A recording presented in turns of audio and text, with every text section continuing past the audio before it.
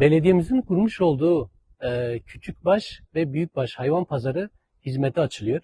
Büyükbaş kapasitesi 700, küçükbaş kapasitesi 1500. Giriş saatleri sabah erken saatlerde, çıkış saati de 11-12 gibi bitecek.